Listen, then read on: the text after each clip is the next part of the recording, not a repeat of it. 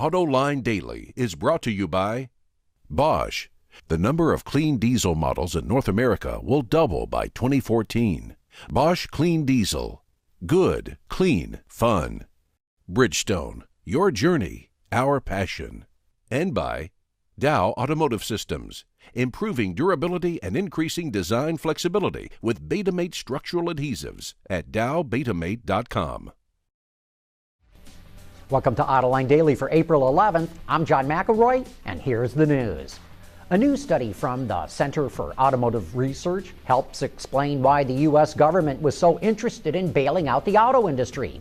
In 2010, the production, sales, service, and use of automobiles contributed $135 billion to federal and state tax revenues. And the auto industry accounts for 13% of all states' tax revenue. The number includes the sales tax, taxes collected from employees at auto companies, taxes and fees from fuel, registrations and licenses from drivers, as well as corporate taxes.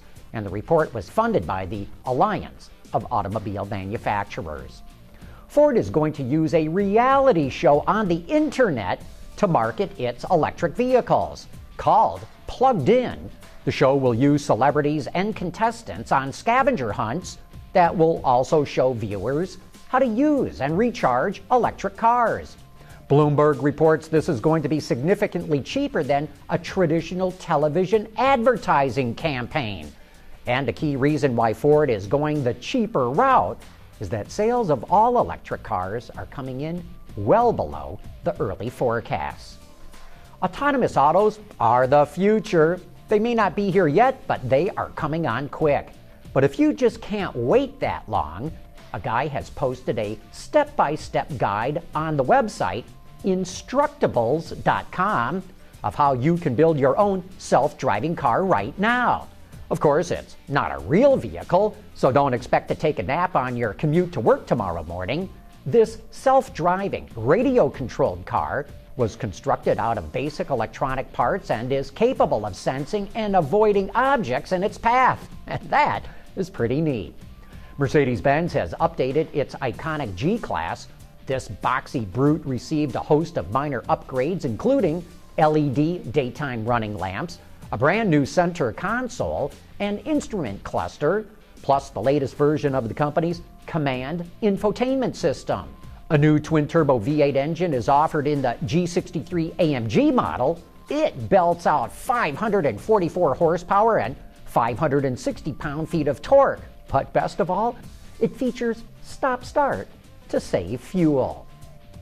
I guess that smoking cigarettes and driving fast cars just go together. South Korea's largest tobacco company, KT&G, will launch a new cigarette named after Lamborghini and will even feature the Italian automaker's logo of a bull on the cigarette packs. I don't know, licensing a car brand on a pack of cigarettes? Sounds like a drag to me. Hey, coming up next, it's time for You Said It.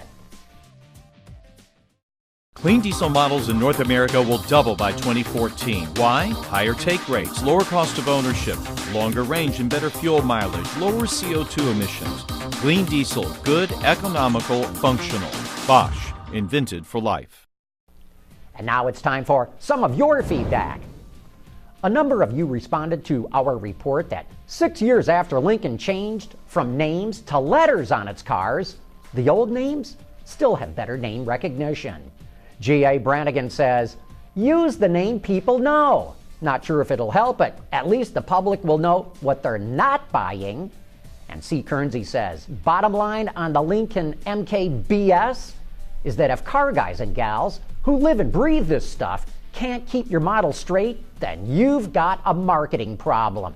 Admit the mistake, like the 500 Taurus stupidity, and change things back, or you will languish in marketing hell. Amen, C. Kernsey. All Lincoln did was copy what BMW, Mercedes-Benz, and Audi do, and copying the competition will never put you in a leadership position. Flatback Strat didn't like the way that I pronounced the name of Mazda's baseball team, the Hiroshima Carp. Hiroshima, he says. It seems people are incapable of pronouncing it properly. I don't know about that flat backstrat. I've heard people in Japan pronounce it both ways. In fact, some of them don't say Mazda, they say Matsuda, or the other half say Mazda. Ed K. liked what he heard about the new Ram pickup. He says, I've been wondering for years why the automakers didn't use air ride suspension, at least in the rear for the pickup trucks, since most go down the road with no load and stiff rear springs. Kudos Chrysler. Wish they would have given the mileage figures for the V6 with the 8-speed Autotrans. Do you know what they are projecting to be, John? NK, all we know is that Ram says it is going to beat the fuel economy of a base F-150 with a 3.7-liter V6, which actually gets slightly better fuel economy than the 3.5-liter EcoBoost, by the way.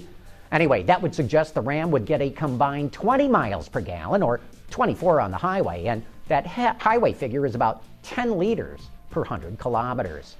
C-Tech loved our report on the Fiat Abarth, especially that you get a track day as part of the package.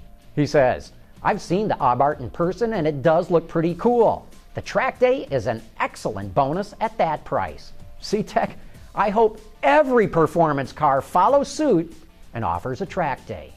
And finally, Lex reports that, based upon your recommendation, I went to Katz's Deli before heading over to the New York Auto Show. We had a great time at the show and were able to walk off the pastrami on rye we had at Katz's. Boy, those things are filling, aren't they?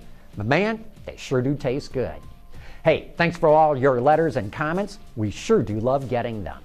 Anyway, that wraps up today's show. Thanks for watching. We'll see you tomorrow.